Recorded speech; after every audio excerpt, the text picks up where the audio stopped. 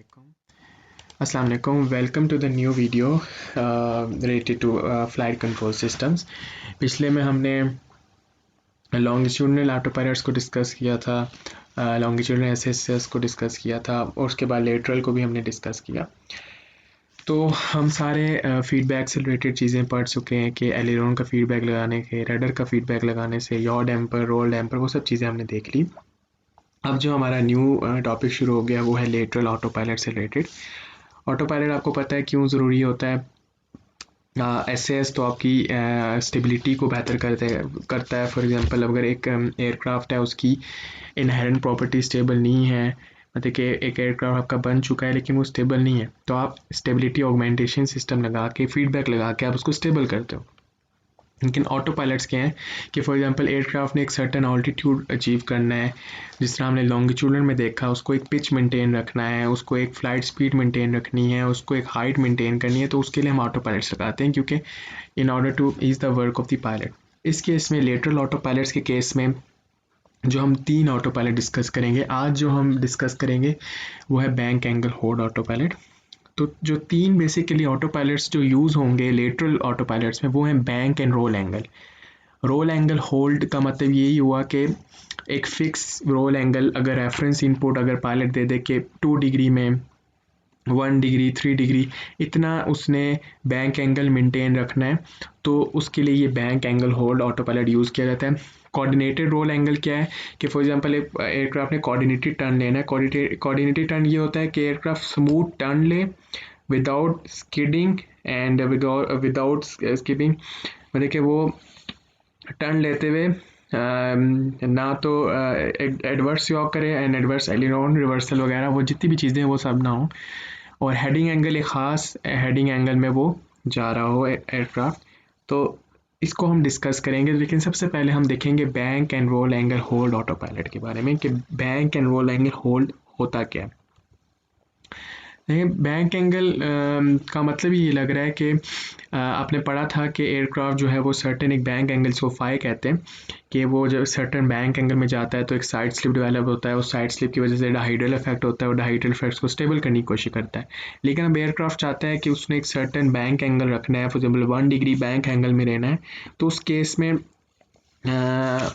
Auto pilot जो use होता है वो है बैंक एंगल होल्ड, और उसके लिए जो कंट्रोल सरफेस यूज़ होगी वो है एलिरोन की। मतलब कि एलिरोन का ज़ाहिर सी बात है बैंक एंगल से ताल्लुक़ है, एलिरोन की डिफ्लेक्शन से बैंक एंगल डेवलप होता है। तो अगर एलिरोन की हम लगाएंगे फीडबैक लूप, तो उस वजह से हम बैंक एंगल को कंट्रोल कर सकते हैं। अगर फॉर एग्जांपल रेफरेंस इनपुट आ रही है तो उस हिसाब से हम उसको कंट्रोल कर पाएंगे। फिर उसके बाद सेंसर जो उसको सेंस करेगा, फॉर एग्जांपल इतना एंगल में चेंज आ गया, मतलब कि एयरक्राफ्ट ने 1 डिग्री में रहना था बैंक में लेकिन 2 डिग्री में चला गया, तो उस केस में रोल जायरो यूज़ होता है। रोल जायरो सेंसर है, वो सेंस करेगा और एक एरर जनरेट होगा, वो एरर जो है वो अगेन कंट्रोलर के पास जाएगा और फीडबैक होगा। तो वो तो आप सबको वैसे आइडिया हो गया होगा कि ये सेंसर करता क्या है। विंग लेवर क्या है? विंग लेवर बेसिकली एयरक्राफ्ट जो है, विंग लेवल का मतलब ये हो गया कि वो बिल्कुल ज़ीरो बैंक एंगल में बिल्कुल लेवल हो गया विंग। अब बैंक एंगल का जो ऑटो पायलट है वो सिर्फ इसलिए यूज़ नहीं होता कि आपने बैंक एंगल में ही रहना है। फॉर एग्जांपल टर्बुलेंस बहुत ज़्यादा है, ठीक है, तो उस केस में अगर फॉर एग्जांपल पायलट ने रेफरेंस रिपोर्ट दे दी कि बैंक एंगल ज़ीरो होना चाहिए, ठीक है, तो उसमें भी bank angle hold auto pilot use होता है कि आपने पायलट ने रेफरेंस दे दिया कि बैंक एंगल ज़ीरो होना चाहिए। तो अब जो बैंक एंगल ज़ीरो होना चाहिए, तो हल्का सा भी बैंक एंगल में चेंज आएगा तो फ़ौरन एलिरोन की डिफ्लेक्शन होगी और बैंक एंगल को ठीक कर दिया जाएगा। तो that is known as wing leveller. तो विंग लेवलर के केस में भी यूज़ होता है। और दूसरी चीज़, अगर फॉर एग्जांपल एयरक्राफ्ट ने सर्टेन एटीट्यूड अटेन करना है, मतलब कि उसने एक सर्टेन एटीट्यूड अटेन करना है, क्योंकि आपको पता है हल्का सा भी बैंक डेवलप होता है तो साइड स्लिप डेवलप होता है, और साइड स्लिप की वजह से एयरक्राफ्ट जो है ना वो ऑल्टीट्यूड लूज़ करता है। ठीक है, आपको पता है कि हल्का सा एयरक्राफ्ट बैंक में गया तो उसने ऑल्टीट्यूड लूज़ करना है, तो उस केस में आप सर्टेन पैरामीटर्स यूज़ करते हो, आप एलिवेटर की डिफ्लेक्शन भी यूज़ करते हो, आप पिच को भी मेंटेन रखते हो, काफ़ी सारी चीज़ें देखते हो। लेकिन इस केस में आपने सिंपल जो है वो bank angle hold auto pilot को यूज़ करना है, इसमें आपने कोई अदर डिफ्लेक्शन यूज़ नहीं करनी। तो मतलब कि इसको हम एज अ विंग लेवलर भी यूज़ कर सकते हैं। अगर आपने एक ज़ीरो बैंक एंगल मेंटेन रखना है तो आप bank angle hold auto pilot भी लगा सकते हैं कि आपने ये लगाया और उसके बाद फिर वो बैंक एंगल हल्का सा भी चेंज होगा तो वो उसको विंग लेवल कर देगा। तो दिस इज विंग लेवलर। इस केस में जो फीडबैक यूज़ होता है वो है बैंक एंगल फीडबैक। ठीक है, हम पढ़ चुके हैं what is bank angle feedback. अब बैंक एंगल फीडबैक में क्या होता है कि ये मैंने आपको लेटरल एसएएस मेरे पिछली जो वीडियोज़ हैं उसमें आप देख सकते हैं। उसमें मैंने आपको बताया था कि जब आप रोल एंगल का फीडबैक लगाएंगे एलिरोन के साथ, ये रोल एंगल का क्योंकि हम बैंक एंगल को अटेन करना चाहते हैं तो हम जो फीडबैक लगाएंगे वो होगा बैंक एंगल का एलिरोन की डिफ्लेक्शन के साथ। ठीक है, अगर हमने hold auto pilot bank angle hold का लगाना है तो हम जो ट्रांसफर फंक्शन यूज़ करेंगे वो होगा बैंक एंगल का एलिरोन के साथ। क्यों? वजह यह है कि transfer function is a inherent property of a system.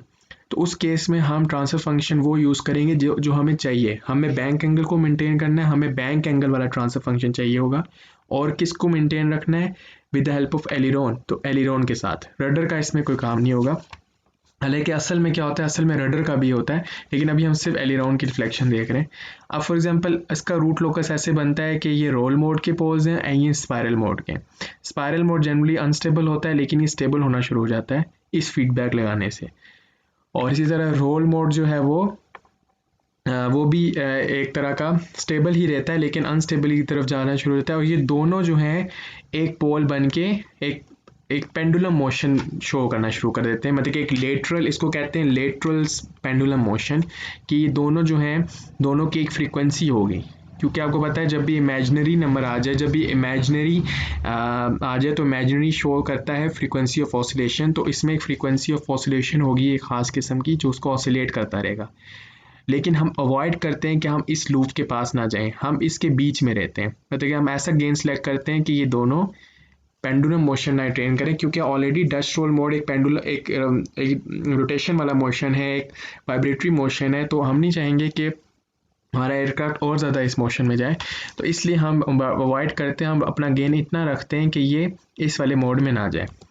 अब जो हम रूट लोग जो बेसिकली सिमुलिंग का मॉडल, जो एक सिंपल एक मॉडल यूज़ होता है वो होता है ये वाला।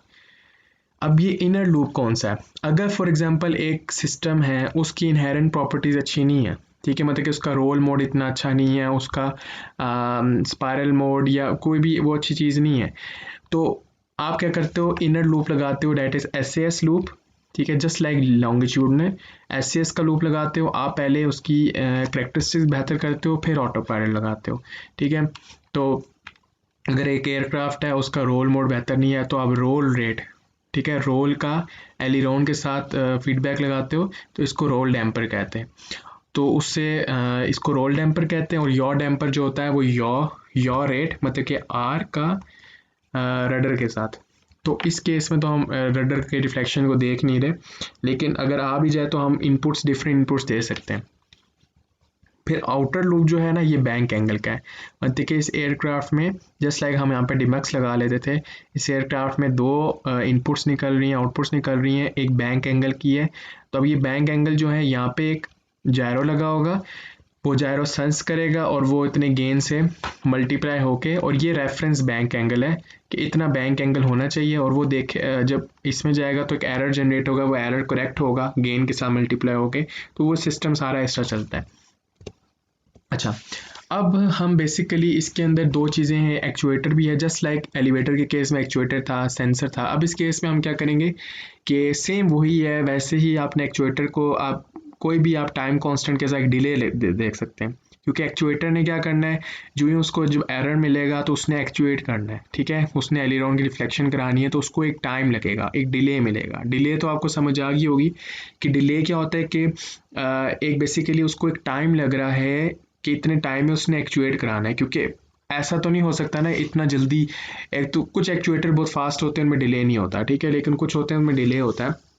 तो जिनमें डिले होता है उनमें हम डिले लगाते हैं, और delay as a time constant लगाते हैं। तो उन फॉर एग्जांपल 1/0.1 s+1 है, तो उसमें इतना डिले है, 0.1 सेकेंड्स का या 0.5 सेकेंड्स का, तो इससे हमें ये पता चलता है। इस केस में हम क्या करेंगे, अभी हम एज्यूम करेंगे कि ये बहुत फास्ट है एक्चुएटर, मतलब कि इसका ट्रांसफर फंक्शन 1 है और सेंसर भी बहुत फास्ट है, चूँकि जो रोल जायरो होता है वो काफ़ी फास्ट सेंस करता है रोल एंगल को, तो उसको हम 1 ही लेते हैं। तो एक्चुएटर भी 1 है एंड सेंसर भी 1 है। लेकिन आप अपने एनालिसिस में डिफरेंट टाइम कॉन्स्टेंट्स के साथ देख सकते हैं कि क्या फ़र्क पड़ता है, आपके एनालिसिस में क्या फ़र्क पड़ता है।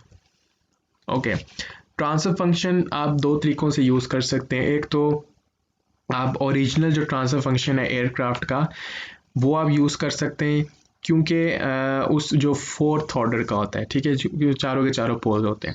एक है आप ये वाला यूज़ कर सकते हैं, ठीक है, जो डिग्री ऑफ फ्रीडम का है।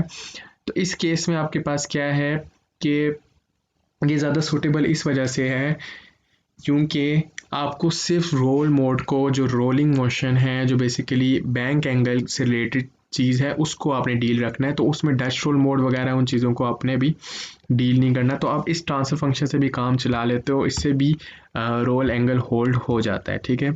अगर आप नहीं करते तो फुल वाला मोड भी यूज़ कर सकते हैं। ये सिंपल है, L delta A over S S minus L P. L delta A क्या है हमारे पास, एल डेल्टा ये ए, एल जो है वो रोलिंग मोमेंट है विद एलिरोन डिफ्लेक्शन, मतलब कि मैंने जब एलिरोन की डिफ्लेक्शन दी तो रोलिंग मोमेंट क्या जनरेट होगा, ये वो कोफिशिएंट है। कोफिशिएंट तो नहीं है, ये सिंपल एक टर्म है।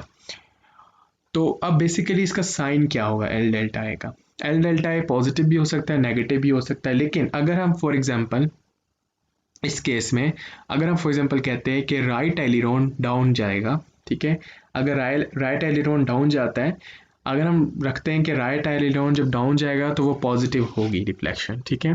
तो उस केस में जब राइट एलिरोन डाउन जाएगा तो एयरक्राफ्ट लेफ्ट की तरफ होगा। ये तो आपको पता होगा, राइट में लिफ्ट ज़्यादा हो जाए, ठीक है, और वो एयरक्राफ्ट जो है वो लेफ्ट की तरफ जाएगा, ठीक है। अब जब एयरक्राफ्ट लेफ्ट की तरफ जाएगा तो जो लेफ्ट रोलिंग मूवमेंट जनरेट होगा, और जो लेफ्ट रोलिंग मूवमेंट होता है वो नेगेटिव होता है, तो उसकी वैल्यू नेगेटिव होगी अगर हम राइट के एलिरोन को डिफ्लेक्शन पॉजिटिव लेते हैं।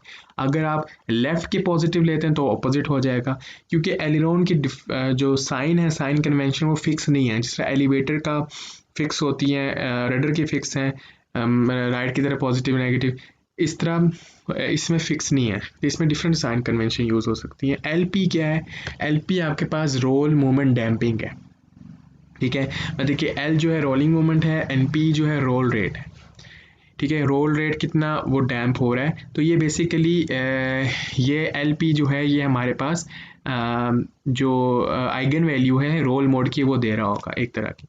तो ये आया कैसे है, ये डिराइव कैसे किया है, मतलब कि इसकी डेरिवेशन पे आप बेशक समझ लें कैसे किया हमने इसको। हमने ये हमारे पास स्टेट स्पेस फॉर्मेशन थी, इसमें हमने रोल मोड अप्रॉक्सीमेशन जब की थी तो सिंपल हमने क्या किया था कि सारी टर्म्स को ज़ीरो कर दिया था और सिंपल बच गया था delta P is equal to L P delta P, L P delta P, ठीक है। बाकी सबको ज़ीरो कर दिया था, सिर्फ रोलिंग मूवमेंट को रखा था, और इसी केस में इसमें एलिरोन का आ जाता है। तो उसके बाद फिर ये इस तरह की फॉर्म बन जाती है स्टेट स्पेस के बाद। फिर आपने इसका लेप्लास ले लेना, S delta P S is equal to, ये लेप्लास की फॉर्म में लिख लिया, और फिर इसको आपने अरेंज किया तो ये इस तरह की फॉर्म आ जाएगी। और इस केस में हमने delta P is equal to delta phi dot लिख दिया, वो इस वजह से क्योंकि अगर स्टडी लेवल कंडीशंस हों तो उस केस में ये वैलिड होता है, अदरवाइज हर केस में ये वैलिड नहीं होता। और उसके बाद फिर जब अगेन इसका लेप्लास लिया तो ये इस फॉर्म में आ गया, और इस वजह से ये यहाँ से डेरिवेशन हो जाती है इसकी। अब हम एक एग्जांपल करेंगे सैम मार्शेट्टी एयरक्राफ्ट की। आप कोई भी एयरक्राफ्ट जो आपके पास इसके अगर डाटा मौजूद है तो आप उसको यूज़ कर सकते हैं। अब हमारे पास जो एयरक्राफ्ट है वो सैम मार्शेट्टी, उसमें बेसिकली एल डेल्टा ए और एल पी अगर हमें ये वैल्यूज़ पता हो तो हम इन वैल्यूज़ को यूज़ करके ट्रांसफ़र फंक्शन जनरेट कर सकते हैं। अगर आपको फुल ट्रांसफ़र फंक्शन यूज़ करना है वो भी यूज़ कर सकते हैं। अब इस केस में एल डेल्टा ए हमें गिवन है 9.25, और जो एल पी है वो भी हमें गिवन है -3.12, तो ये ट्रांसफ़र फंक्शन आ जाएगा 9.25 ओवर एस प्लस 3.12, ये ट्रांसफ़र फंक्शन आ जाता है। अब हमने क्या करना है, इसको मैटलैब में लेके जाना है और फिर एनालिसिस करते हैं कि bank angle hold auto pilot कैसे ही होता है यूज़। अब हम अपने मैटलैब खोल लेना है। मैटलैब में अगेन आपने ट्रांसफर फंक्शन को डिफाइन करने के बहुत सारे तरीके, आप कोई भी तरीका यूज़ कर सकते हैं। आपने सबसे पहले ट्रांसफर फंक्शन डिफाइन करना है और ये इसका सिस में आपने इसको डिफाइन कर लेना। आप बना रहे हो बैंक एंगल होड ऑटो पायलट, ठीक है। तो ये आपके पास ट्रांसफर फंक्शन आ गया रोल एंगल का विद रिस्पेक्ट टू एलिरोन का, एलिरोन की डिफ्लेक्शन का। अब आपने क्या करना है, सिमुलिंक में जाना है। सिमुलिंक में जाके आपने अगेन मॉडल वैसे ही डिज़ाइन करना है जिस तरह आप डिज़ाइन करते रहें, कि यहाँ पे आपके पास सिस्टम जो ट्रांसफर फंक्शन होगा और फिर यहाँ से आपने एक फीडबैक लूप लगाना है। ये नेगेटिव मैंने फीडबैक इसलिए लगाया क्योंकि पॉजिटिव ट्रांसफर फंक्शन है। और एक गेन होगा, मतलब कि यहाँ पे एक सेंसर जो है, सेंसर भी हमने 1 रखा है और जो एक्चुएटर है वो भी 1 रखा है। सेंसर 1 ही होगा क्योंकि वो काफ़ी फास्ट है जो रोल जायरो है, लेकिन जो एक्चुएटर है वो उसका डिपेंड करता है, उसमें डिले होता है, ठीक है। अब डिले ना भी लगाओ फिर भी आपका काम हो जाता है, लेकिन डिले लगा के आप देख सकते हैं क्या डिफरेंस आता है। तो अब डिले कोई भी फर्स्ट ऑर्डर डिले होता ही फर्स्ट ऑर्डर का है। फर्स्ट ऑर्डर ट्रांसफर फंक्शन ले लें 1/s टाउ प्लस 1 कोई भी आप ले लें, और टाउ कोई भी टाइम कांस्टेंट ले लें 0.1 s प्लस 1, जिस तरह आप लॉन्गिट्यूडनल के लिए करते थे वैसे ही आपने कोई भी यहाँ पे ले लेना है। इसके बाद फिर आपने अगेन फीडबैक लगाना है, वही जो फीडबैक आपने जिससे लगाया हुआ है आपको आइडिया होगा। और यहाँ पे आपके पास जो स्टेप इनपुट है 1, ठीक है। 1 का मतलब ये हुआ कि यहाँ पे जो रेफरेंस सिग्नल है, रेफरेंस सिग्नल ये पायलट का जो रेफरेंस सिग्नल है वो 1 आ रहा है। 1 का मतलब ये हुआ कि 1 bank angle 1 degree bank angle, ये तो मैं आपको एग्जांपल दे रहा हूँ, समझा रहा हूँ कि एयरक्राफ्ट पायलट ने कहा है कि किसी तरह 1 डिग्री होल्ड रहे। अब 1 डिग्री होल्ड नहीं रहता तो यहाँ पे एरर जनरेट होगा, वो सेंस करेगा, सेंसर से वो एरर जनरेट होगा, वो करेक्शन करेगा गेन। तो अब गेन कितना सेलेक्ट करना है वो हमने देखना है। अगेन आपने इसको यहाँ पे जाके आपने इसको लीनियर ओपन लूप इनपुट कर देना है और इसको आउटपुट मेजरमेंट कर देना है। और अगेन फिर आपने इसको अगेन रन कर लें और एनालिसिस में जाके कंट्रोल सिस्टम डिज़ाइनर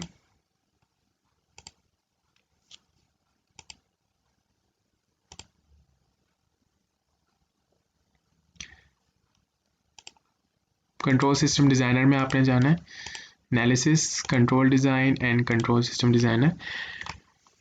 और ये बहुत इंपॉर्टेंट होता है जो आप ओपनली इनपुट देते हैं और आउटपुट देते हैं। फॉर एग्जांपल आपके पास बहुत सारा मल्टीपल फंक्शन का आपके पास ट्रांसफर फंक्शन आ गए, यहाँ पे रडर का भी है, एलिरोन का भी है। तो आपको अगर एक इनपुट डिफाइन करें कि आउटपुट डिफाइन करें तो वो सिसो सिस्टम में काफ़ी आसानी से डिफाइन हो जाता है। अब आपने इसको एड ब्लॉक्स में करके वही काम करना है, आपने गेन सेलेक्ट करना है, गेन सेलेक्ट होगा और उसके बाद फिर आपने इसको ओके करके फिर अपडेट ब्लॉक्स रूट लोकस देखना है। रूट लोकस में आपने गेन सेलेक्ट करके फिर उसका आपने एनालिसिस करना है। इनिशियली जब आप इसका देखेंगे step response without any feedback तो आपको अनस्टेबल नज़र आएगा, क्योंकि आपको एक स्पायरल मोड 0 में न्यूट्रली स्टेबल नज़र आएगा, ठीक है, न्यूट्रली स्टेबल। तो ऑसिलेशंस होती रहेंगी उसमें काफ़ी। अभी तो हम रूट लोकस देख रहे हैं इसका, root locus editor and plot. ये आप देख सकते हैं अब रूट लोकस आ गया। ये आपके पास रोल मोड का पोल है विच इज़ 3.12 पे था, और ये आपके पास जो स्पायरल मोड है 0 पे, ठीक है। अब इसका ओरिजिनल ट्रांसफर फंक्शन लेते हैं, उसमें भी ऐसे ही पोल्स आते हैं, लेकिन यहाँ पे डच रोल मोड आ जाता, ठीक है। ओके, अब आपके पास क्या होता है कि अब आपने इसको इतना गेन देना है, आपकी मर्जी आप कितना गेन देना चाहते हैं। डिफरेंट आइट्रेशंस करने के बाद बहुत सारी आपको चेंज करनी पड़ती हैं चीज़ें, फिर आपको पता चलता है। आपने बस होल्ड रखना है कि इस लाइन पे ना आए, ये दोनों पोल ऑसिलेटरी ना हो जाए। बस आपने इन दोनों, जिस तरह मैंने आपको दिखाया था सेम वही आ रहा है जिस तरह ये आपको मैंने दिखाया था। ये दोनों इधर, दोनों एक पोल इधर है, एक पोल इधर है, और एक लेटरल पेंडुलम टाइप मोशन होता है। और ये आपके पास डच रोल मोड है क्योंकि हमने इसको रिड्यूस कर दिया। तो अब आपने फॉर एग्जांपल मैं गेन सेलेक्ट कर लेता हूँ 0.2, आपकी मर्जी आप कोई भी सिलेक्ट कर सकते हैं। तो ये काफ़ी आइट्रेशंस करने के बाद आप गेन सेलेक्ट करते हो। फॉर एग्जांपल आपने इतना गेन सेलेक्ट कर दिया, आप थोड़ा सा और आगे कर सकते हो, नो प्रॉब्लम। लेकिन रोल मोड थोड़ा सा अनस्टेबल, वो थोड़ा सा कम हो जाएगा उसका टाइम, क्योंकि रोल मोड बहुत फास्ट होता है तो रोल मोड और स्लो होना शुरू हो जाएगा। तो आप कोशिश करते हो इतना ही रख लो, काफ़ी है। स्पायरल मोड ज़्यादा स्टेबल नहीं रखते, स्पायरल मोड बस स्टेबल हो गया, ज़्यादा स्टेबल करेंगे तो उसमें आपको ज़्यादा इशू आते हैं। अब आपने इसको बस अपडेट कर देना ब्लॉक्स को, ब्लॉक्स अपडेट हो जाएंगे। यहाँ पे 0.2 गेन आ गया। अब आपने इसको रन करना है एंड स्कोप में आपने अगेन, अब आप देख सकते हैं ट्रांसफर, इसकी फिजिकल डिपिक्शन आपने देखनी है हो क्या रहा है। एयरक्राफ्ट ने पायलट ने दिया कि 1 डिग्री जो है वो बैंक एंगल अटेन होना चाहिए, इतनी स्टेप इनपुट आई। अब स्टेप इनपुट आपके पास ये होती है ना कि एक स्टेप, ये स्टेप आ रही है। तो अब ये देखें, ये आपका रिस्पॉन्स जो है ये 1 डिग्री को होल्ड कर रहा है, ठीक है।